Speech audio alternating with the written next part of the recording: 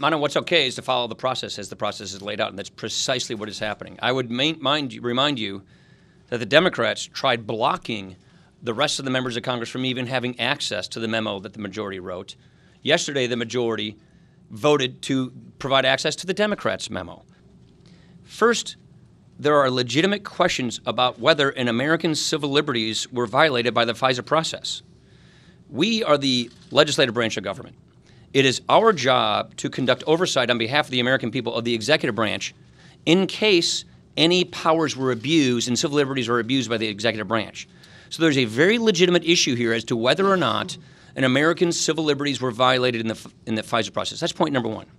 Point number two, this is a completely separate matter from Bob Mueller's investigation, and his investigation should be allowed to take its course. Point number three, there may have been malfeasance by people at the FBI. And let me finish my points. There may have been malfeasance at the FBI by certain individuals. So it is our job in conducting transparent oversight of the executive branch to get to the bottom of that. Sunshine is the best disinfectant. And so what we want is all of this information to come out so that transparency can reign supreme and accountability can occur.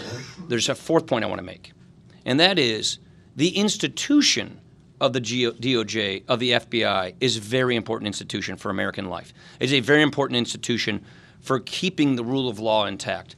On a positive note, I'm excited to hear President Trump's State of the Union address tonight. And honestly, the State of the Union is looking up. It's really encouraging to be able to come and hear an upbeat tone at a State of the Union. This will be my 20th of these that I've sat in. And I've got to tell you, to be able to hear a State of the Union as bright as it is right now is something that's very encouraging. Wages are rising. Economic confidence is coming back to America. Tax reform is now the law of the land, and it is playing a huge role in this transformation. As Steve just mentioned, just yesterday, we heard from another major employer about investing another $50 billion into this economy because of tax reform.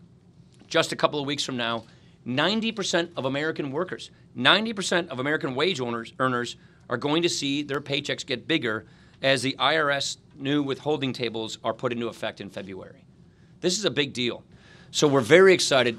Economic confidence in America is at a 17-year high, while unemployment in America is at a 17-year low.